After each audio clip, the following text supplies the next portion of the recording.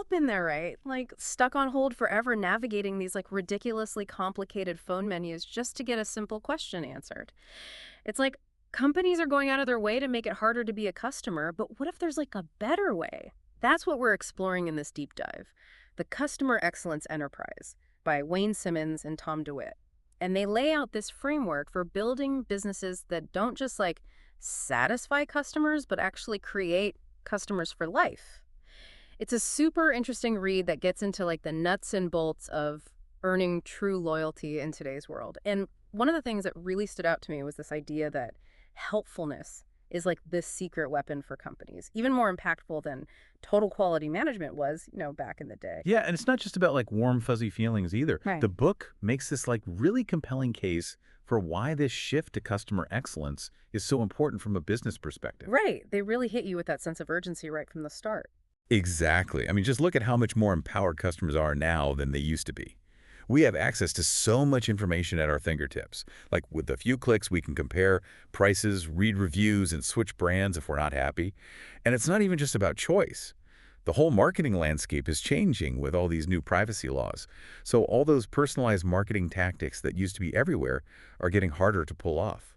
It's funny you should mention that because I always found those like personalized birthday emails a little creepy. Now even those are starting to disappear. Exactly. So companies can't just rely on those old playbooks anymore. They need new strategies to stand out and build real connections with customers. And that's where this idea of the leaky bucket syndrome comes in, right? Yes. The authors argue that so many companies are stuck in this cycle of losing customers and then scrambling to replace them. It's like trying to fill up a bucket that has a hole in the bottom. You keep pouring resources into acquisition, but you're not fixing the leaks, and it just becomes this downward spiral. Companies start cutting corners on customer experience to save money, which just leads to even more churn. And then their brand takes a hit, and, well, you get the picture. It makes you wonder why anyone would stay loyal to a company that clearly doesn't value them. Exactly. And that brings us to another big point Simmons and DeWitt make. The end of wow. Remember when companies used to go above and beyond to surprise and delight us? Oh, I miss those days. Like a handwritten thank you note or an unexpected upgrade. That's the kind of stuff that makes you feel like you actually matter. Exactly. But sadly, it feels like those days are gone. Companies are so focused on efficiency and cutting costs that they've forgotten about the wow factor. We're just left with these like transactional interactions that make you feel like a number. So they're missing out on the chance to build those positive emotional connections that lead to real loyalty. Which is kind of ironic when you think about how much they care about the bottom line. It is pretty ironic. Yeah. And that's precisely why the authors argue that we need this radical shift towards building customers for life. They even suggest that a lot of companies are clinging to these outdated notions of loyalty, Yeah. like those points-based programs that don't really address the root of the problem. Oh, can you give me an example of what you mean by like creating this illusion of loyalty? Well, think about airline miles programs. You might be racking up all these points, but the actual flying experience can still be terrible. Delayed flights, cramped seats, lost baggage. None of that is addressed by just giving people a few extra miles. Right. It feels more like a Band-Aid than genuine customer care. So how do we move beyond these like superficial tactics and actually build those lasting relationships? How do you even define a customer for life? Well, Simmons and DeWitt define a customer for life as someone who buys from you again and again. And they advocate for your brand without needing to be constantly persuaded. They're more profitable because you don't have to spend as much money acquiring them. They require less marketing, and they're more likely to give you valuable feedback because they're actually invested in your success. So basically, they're your biggest fans. Exactly. And the book highlights this really fascinating idea of what they call an experience value premium. They say that companies that put the customer experience first actually outperform their competitors and the market as a whole. We're talking higher stock returns, increased customer lifetime value, and stronger brand loyalty. Okay, so it's not just about being nice to your customers. It's a smart business move, which makes it even more puzzling why more companies aren't making this a priority. But I'd love to dig a little deeper into this experience value premium. Like, how do you actually measure it? What are the tangible benefits for companies? Well, one way to measure it is by comparing the financial performance of companies that invest heavily in customer experience versus those that don't. You can look at things like their stock price over time, their customer retention rates, even their customer lifetime value. And what you find is that the companies that put the customer first consistently do better. So they're generating more revenue, keeping more customers, and building stronger brands. Exactly. And they're also often able to charge more for their products or services because customers are willing to pay a premium for a better experience. That's pretty powerful. So, to really tap into this power, the authors argue that companies need to make a shift to what they call experiential commerce, Yeah. right? Yes. This is where things get really interesting. Experiential commerce goes beyond just providing functional products or services. It's about creating positive experiences and forging emotional connections that resonate with customers on a deeper level. I'm curious about what that looks like in the real world. Like, what are some companies that are doing this well? Well, think about a brand like Starbucks. They're not just selling caffeine. They've created this whole coffee shop experience. It's the atmosphere, the personalized service, the sense of community. They've really positioned themselves as like a third place, a space between work and home where people can connect and relax. It's like they've become a part of their customers' lives. Exactly. And that's a really powerful position to be in. But to get there, the authors emphasize this idea of what they call the customer's right to reverence. Okay, I'm intrigued. Tell me more about this idea of reverence. Well, it boils down to treating customers with respect, fairness, and dignity, recognizing that they're not just transactions. They're individuals who are investing their time, money, and trust in your business. Hmm. It's about shifting your perspective from viewing customers as a means to an end, to seeing them as partners in a mutually beneficial relationship. So we've talked about empowering customers, the end of wow loyalty programs that don't actually create loyalty, and this idea of experiential commerce built on reverence for the customer. And it seems like helpfulness is at the core of all of this. Absolutely. The authors propose helpfulness as the organizing principle for building a customer excellence enterprise. So it's more than just providing good customer service. What does true helpfulness look like in practice? It's about genuinely helping customers achieve their goals and improve their lives. It's about understanding their needs, anticipating their challenges, and providing solutions that go beyond just meeting basic expectations. A great example of this is BMW. I mean, they don't just sell cars. They understand that a young professional might be looking for fuel efficiency and tech features, while a growing family needs space and safety.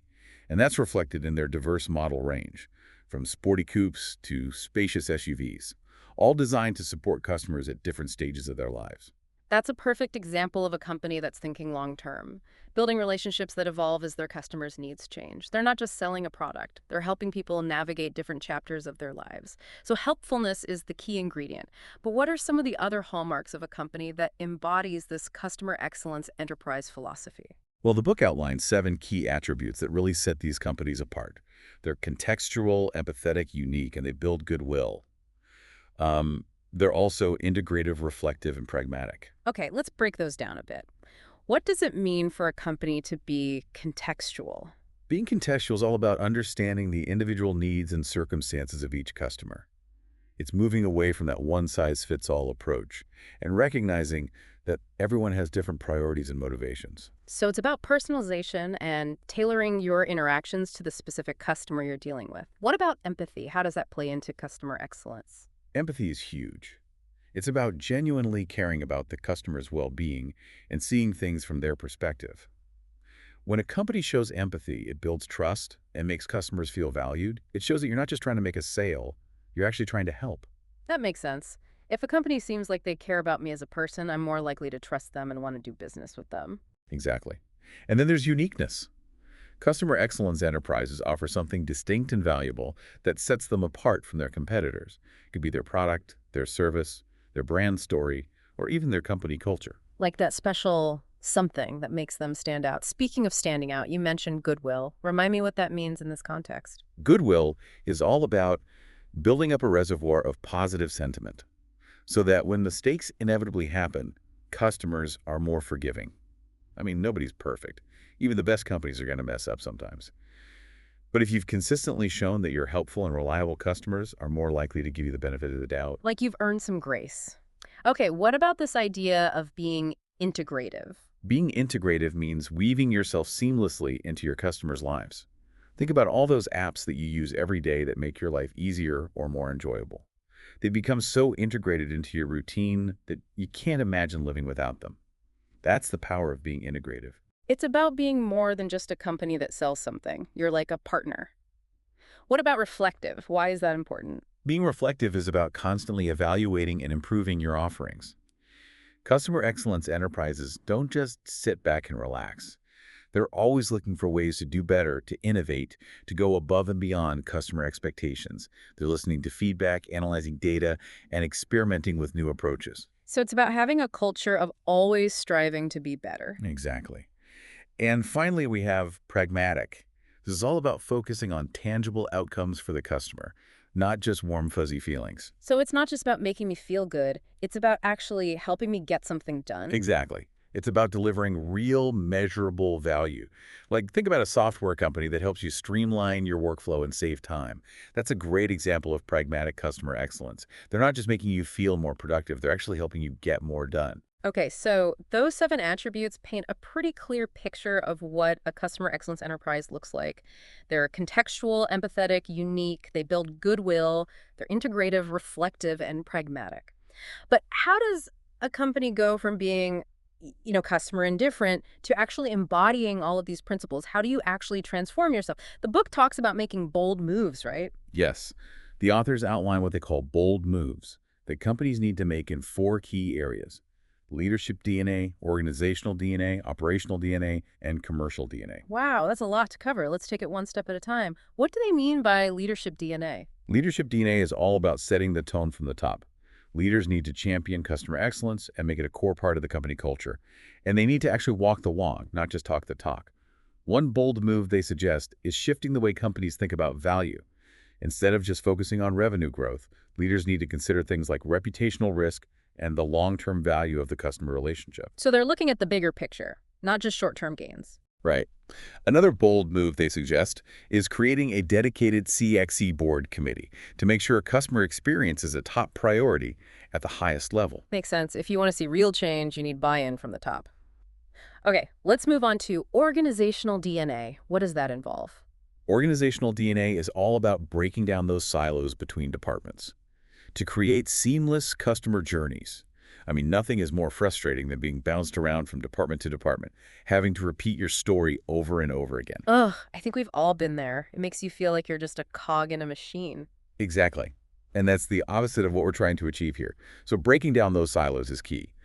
It's also about making it clear that everyone in the company is responsible for customer excellence. So it's not just the customer service department's job, it's everyone's job. Exactly. Everyone from the CEO to the frontline staff needs to understand their role in delivering those exceptional experiences. Okay, that makes sense. What about operational DNA? What are some of the bold moves companies need to make in that area? Operational DNA is about making sure that your systems and processes are aligned with your customer excellence goals. One bold move is to measure what actually matters. It's about going beyond those traditional metrics like Net Promoter Score or NPS, and really digging into the data to understand what's driving customer behavior. So instead of just asking customers how likely they are to recommend your company, you're looking at things like customer effort score, customer lifetime value, and even analyzing the sentiment in customer reviews to get a more complete picture of the customer experience. Exactly. It's about getting a more nuanced and data-driven view of what's working and what's not.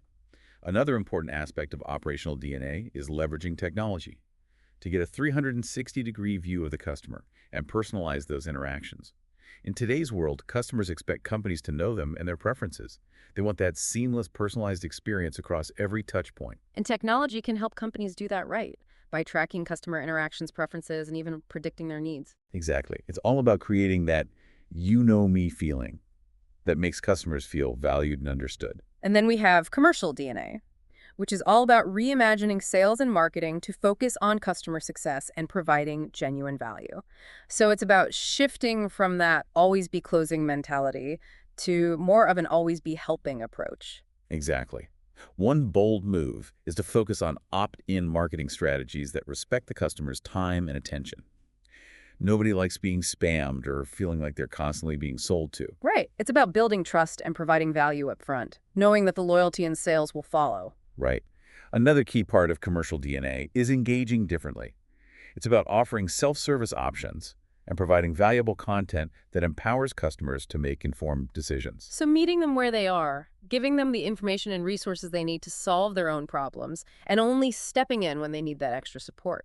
Exactly. It's about making it as easy as possible for customers to do business with you and showing them that you're truly there to help them succeed. Okay, so we've covered a lot of ground here, talking about the importance of customer excellence, the 7 key attributes of a CXE, and those bold moves that companies need to make.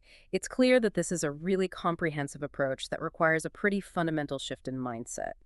But one thing that struck me as we were talking is that this idea of customer excellence, it seems like it could be applied beyond just the business world, right? You're absolutely right. The book actually talks about how these principles can be applied in other sectors like government, healthcare, and even sports.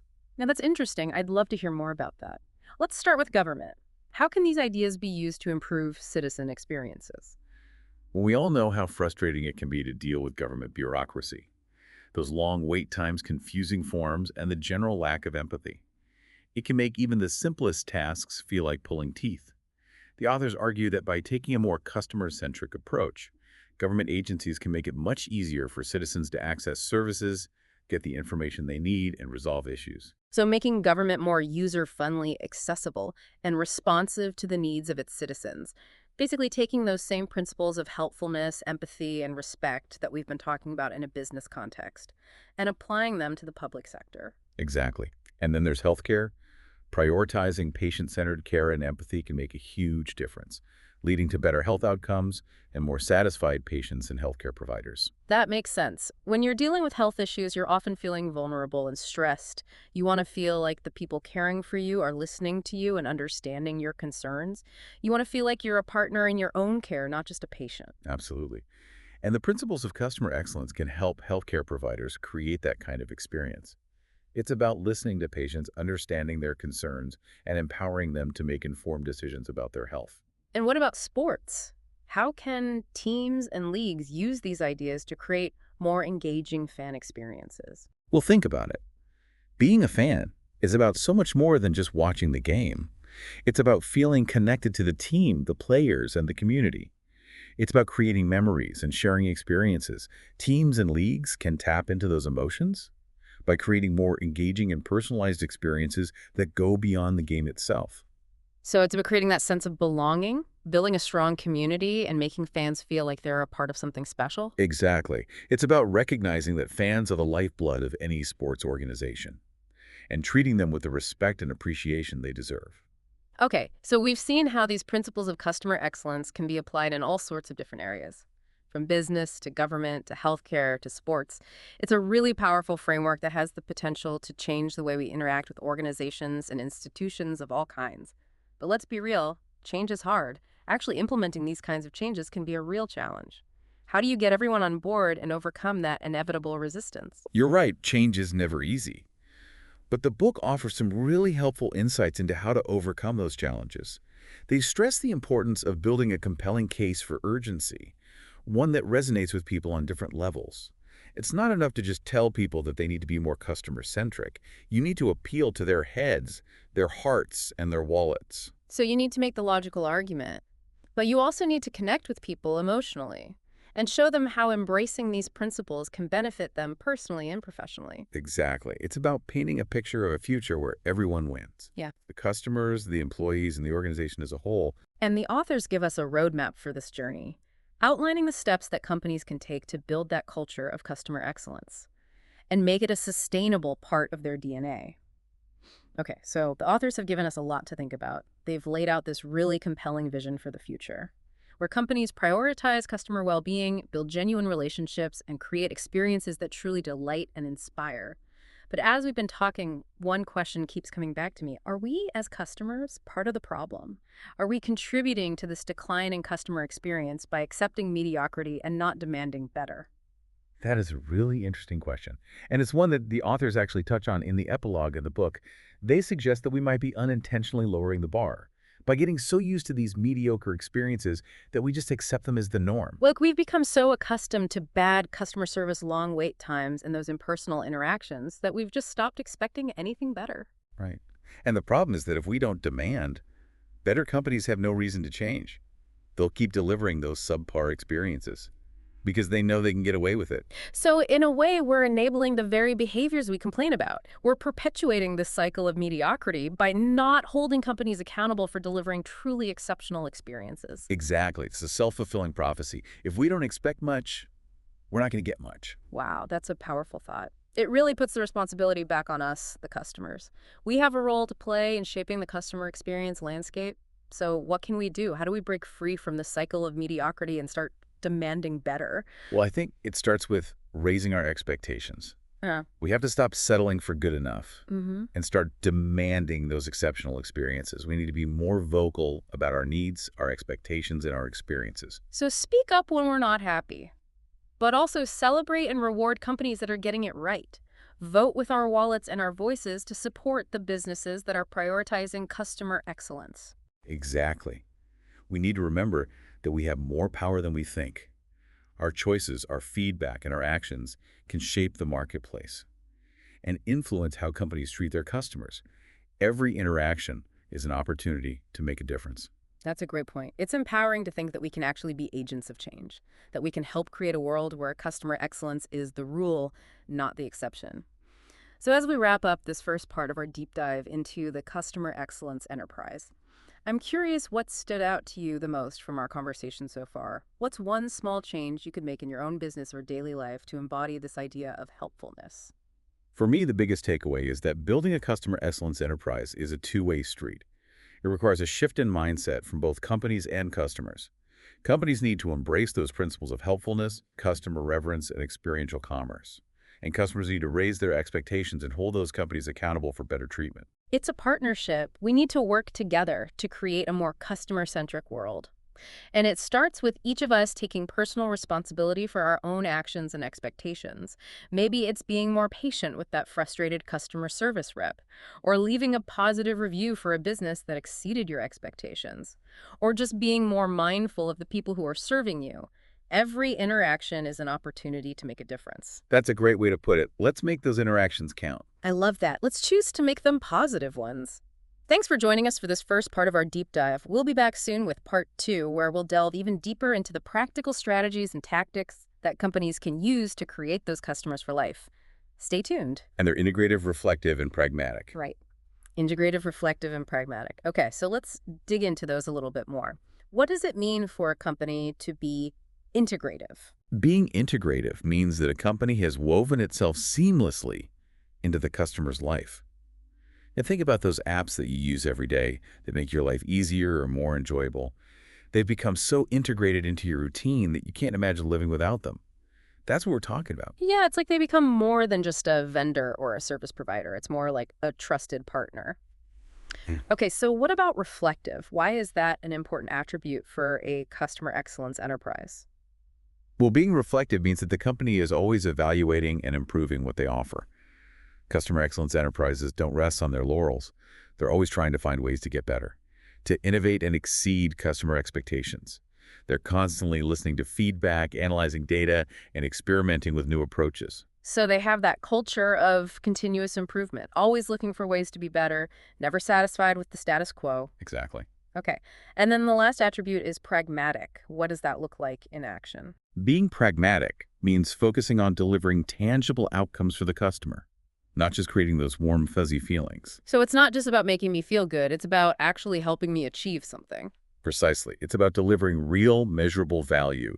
A good example would be like a software company that helps you streamline your workflow and actually saves you time. That's what we mean by pragmatic customer excellence. They're not just making you feel more productive. They're actually helping you get more done. Okay, so those 7 attributes, those are really helpful for understanding what sets these companies apart. But how does a company actually make the leap from being, a customer indifferent to actually embodying these principles? How do you transform yourself into a customer excellence enterprise? The book talks about making bold moves, right? Yes.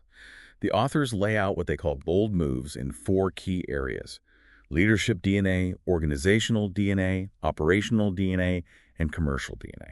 Okay, well, let's break those down one by one. Let's start with leadership DNA. What does that mean? What are some examples of bold moves in that area? Well, leadership DNA is all about setting the right tone from the top. Leaders need to champion customer excellence and make it a core part of the company's culture. They need to actually walk the walk, not just talk the talk. One bold move they suggest is for leaders to shift the way they think about value. So instead of just focusing on short-term profits and revenue growth, they need to start considering things like reputational risk and the long-term value of building strong customer relationships. So looking at the bigger picture, basically. Exactly. Another bold move they suggest is creating a dedicated CXE board committee so that customer experience is always the top priority at the highest levels of the organization. So making sure that customer experience isn't just an afterthought, it's built into the company's DNA from the top down. Exactly. Okay, so we've talked about leadership DNA. What about organizational DNA? Well, organizational DNA is all about breaking down those silos between departments, so that you can create these seamless customer journeys. I think we've all had the experience of being bounced around from department to department, having to repeat our story over and over again. It's incredibly frustrating. Oh, yeah, it's the worst. It makes you feel like you're just a number, not a person. Right. And that's exactly what we're trying to avoid here. So breaking down those silos is crucial. It's also about making sure that everyone in the company feels responsible for delivering those exceptional customer experiences. So it's not just the customer service team's job, it's everyone's job. Exactly. Everyone from the CEO all the way down to the frontline staff needs to understand their role in creating those positive customer interactions. Okay, that makes a lot of sense. So what about operational DNA? What kind of bold moves do companies need to make in that area? Operational DNA is all about making sure that your systems and processes are supporting your customer excellence goals. One of the bold moves they suggest is to really focus on measuring what actually matters. It's about going beyond those traditional customer satisfaction metrics, like Net Promoter Score or NPS, and really digging into the data to understand what's driving customer behavior. So you're looking at things like customer effort score, customer lifetime value, and even analyzing the sentiment in customer reviews to get a more complete and nuanced picture of the customer experience. Exactly. It's about using data to get those insights into what's working and what's not. Another important aspect of operational DNA is using technology to create a 360-degree view of the customer, so you can personalize their interactions. In today's world, customers expect companies to know them and to understand their preferences, and they want a seamless and personalized experience across every touch point. And technology can help companies do that, like by tracking customer interactions, preferences, and even predicting their needs. Right. It's about creating that you-know-me feeling Yeah. that makes customers feel valued and understood. So it's about using technology to enhance the human touch, not to replace it. Exactly. Okay, and then the last piece of the puzzle is commercial DNA. What do the authors have to say about that? Commercial DNA is all about shifting the focus of your sales and marketing efforts so that you're really prioritizing customer success and delivering genuine value. So moving away from that always be closing mentality to more of an always be helping approach? Precisely. One of the bold moves they suggest is to adopt opt-in marketing strategies. So you're respecting the customer's time and attention. Nobody likes being bombarded with spam or feeling like they're constantly being sold to. Right, it's about earning that trust. Exactly. Another important part of commercial DNA is thinking about how you can engage with customers differently. So instead of just focusing on pushing products, think about how you can provide value by offering self-service options and creating really helpful content that empowers customers to make their own decisions. So it's about meeting the customer where they are and giving them the information and resources they need to solve their own problems, only stepping in to offer support when they actually need it. Precisely. Okay, so those bold moves, those are all really interesting. But one thing that's been on my mind throughout this conversation is that it seems like this idea of customer excellence, it's not just relevant to businesses, it could apply to lots of different areas of life, right? Absolutely. The book actually gives examples of how these principles can be applied in government healthcare and even sports. Okay, let's start with government. What would a more customer-centric approach to government look like? Well, we've all had those frustrating experiences dealing with government bureaucracy. Long wait times, confusing paperwork, and a general lack of empathy. It can make even simple interactions feel like a nightmare. The authors argue that government agencies can really benefit from adopting those customer-centric principles that we've been discussing. It's about making it easier for citizens to access those services, to find the information they need, and to get their problems resolved quickly and efficiently. So basically applying the same ideas of helpfulness, empathy, and respect to the public sector. Exactly. What about healthcare? How could those customer excellence principles be applied in that area? Well, think about it. When you're dealing with health issues, you're often feeling vulnerable and stressed, And you want to feel like your healthcare providers are really listening to you and understanding your concerns. You want to feel like you're a partner in your own care, not just a patient being processed through the system. Right, like you're being treated as a whole person, not just a set of symptoms. Exactly. And that's where the principles of customer excellence can make a real difference. It's about creating a more patient-centered approach to healthcare, where the focus is on empathy, personalized care, and empowering patients to make informed decisions about their health. So it's about treating patients with the same level of care and attention that you would give to a valued customer. Exactly. Okay, and what about sports? How can teams and leagues create more engaging fan experiences using those customer excellence principles? Well, being a fan is about so much more than just watching the game. It's about feeling a sense of connection to the team, to the players, and to the community. It's about creating memories and sharing experiences. And teams and leagues can tap into those emotions by creating more engaging and personalized experiences that go beyond the game itself. It's about cultivating that sense of belonging, Yeah. building a strong community, and making fans feel like they're a part of something special. Exactly.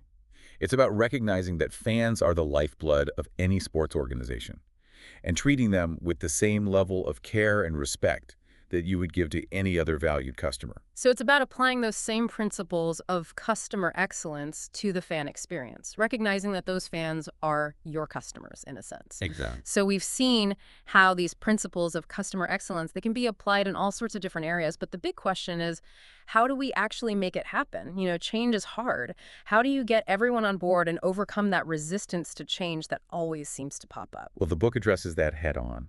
They emphasize the importance of making a really compelling case for urgency, one that resonates with people on multiple levels. It's not enough to just tell people that they need to be more customer-centric. You have to appeal to their heads, their hearts, and their wallets. So make the logical argument, but also connect with people on an emotional level and show them how embracing these principles can benefit them personally and professionally. Exactly. It's about painting a picture of a future where everyone wins.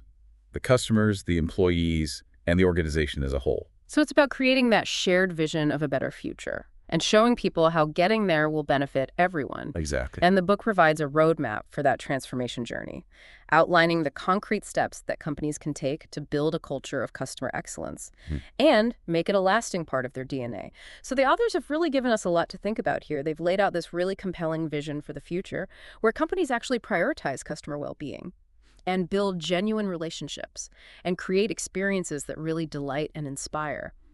But as we've been talking, one question keeps coming back to me, and it's a bit of a tough one. Are we the customers part of the problem? That is an interesting question. Are we contributing to this decline in customer experience by accepting mediocrity and not demanding more from the companies we do business with? That's a really thought-provoking question, and it's one that the authors actually address in the book.